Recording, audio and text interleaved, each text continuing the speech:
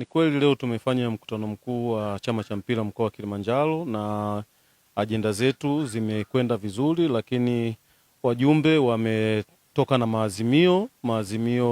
Azimio la kwanza kuendeleza soka la vijana, na kama KRFA tumekubaliana kwa pamoja na wajumbe wa mkutano mkuu kwamba lazima tuanzishe centers za vijana kwenye wilaya, na wilaya ambazo tumeshazifanyia scouting ni Moshi Manispaa, Siha na Hai.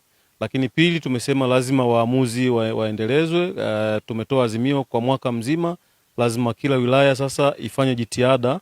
Mkutano mkuu walitaka waamuzi 50, lakini viongozi wamesema kuanzia 10, yani wasipungue 10 mpaka 50 mwaka mzima. Kwa hiyo mkutano mkuu ujao kila wilaya italeta ripoti ya kuhakikisha kwamba wamefikia wapi kwenye hatua ya uzalishaji wa waamuzi, kwa sababu na mkufunzi wa waamuzi ametoa hiyo ahadi.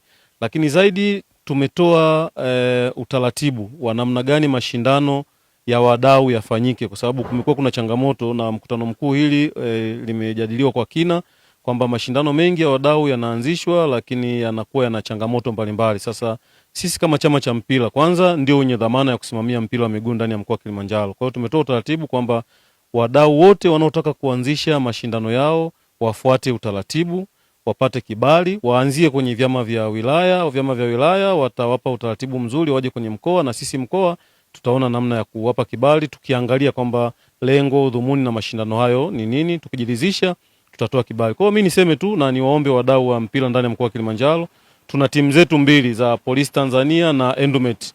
Mkutano mkuu pia umeazimia kwamba Police Tanzania msimu huu kwa namna yoyote tupambane tupande ligi kuu, lakini pia na Endomet lazima wacheze championship na wako kwenye nafasi nzuri. Sasa tumetoa hamasa kwa wadau na wakazi wa mkoa wa Kilimanjaro.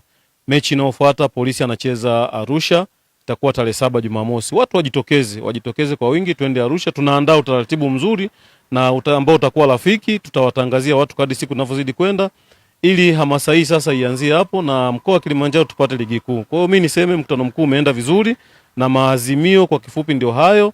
Tuwaombe ndugu waandishi wa habari na nyinyi mwe mabalozi wazuri ndani ya mpira wetu. Lakini tumesema kuna ligi ya vijana ambayo itaitwa Kilimanjaro Utalii Super Cup.